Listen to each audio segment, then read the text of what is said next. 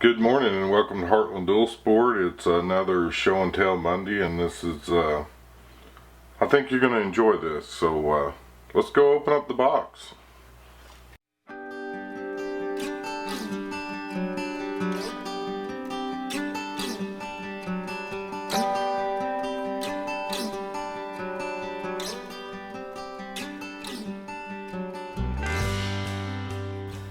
Good morning, fellow adventurers. This is Dale with Heartland Dual Sport, and today we're going to do a Monday morning show and tell. It's a box opening, and this is something that I ordered after we got back from the K-Trail. Let's go ahead and open up the box. I've already cut into it just to save a little bit of time, but this is pretty much what we're wanting to look at in this box opening.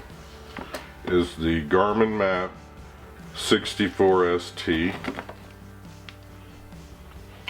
The rest of the contents in the box is actually going to be like the ram ball and mount, so that you can actually mount this on the motorcycle handlebars or wherever you wanted to mount it. It's got a rugged clip mount, and anyways, essentially what happened is, you guys know, you've been keeping up with us, we went on the Oklahoma Adventure Trail and the K-Trail down in southeastern Oklahoma, and my plan for mapping was paper maps, and then my primary mapping was going to be done with the iPhone.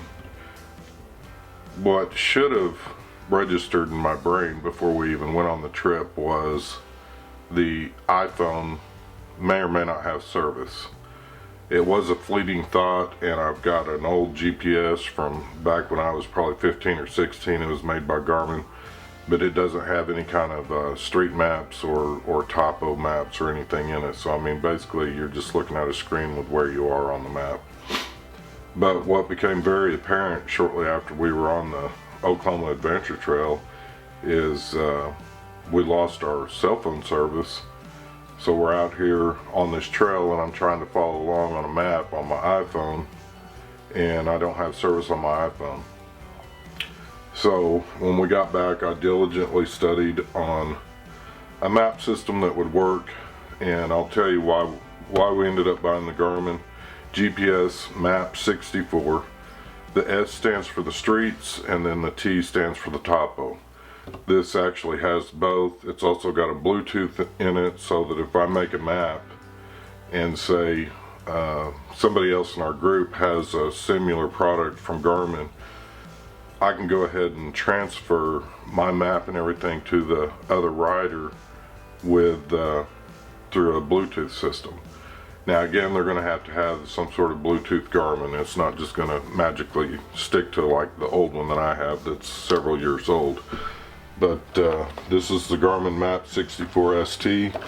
Again, this purchase was made after we came back from the K-Trail, because I know I was going to need something. Kind of show you what we're looking at. Here's what it looks like. It's got a auto darkening or whatever you want to call it. I'm inside, so it's not going to be a real bright screen. This screen's supposed to have the reflective back so that it's really bright even in daylight. It's not picking up a signal. We're inside the house right now, so it's not really going to pick up a signal. But I just kind of want to show you the size of it in reference. You can see it's still a good handheld model. I believe the screen is, and I'll post the exact numbers up above, but it's close to a 3-inch screen or something like that. It's definitely smaller than the iPhone 6 Plus, but it's quite a bit bigger than the original GPS I had before, which I believe was an eTrex Legend. So I mean, the screen on it is, this screen on the Garmin 64ST is twice as big as the screen on like the Legend or whatever it is I have. But anyhow guys, I just kind of wanted to show you that for Show and Tell Monday, and kind of explain to you why we went ahead and got the GPS, mainly because I need something that I can depend on besides the cell phone, because the cell phone isn't necessarily going to work everywhere when you're on your little adventures. Thanks for tuning into Heartland Dual Sport.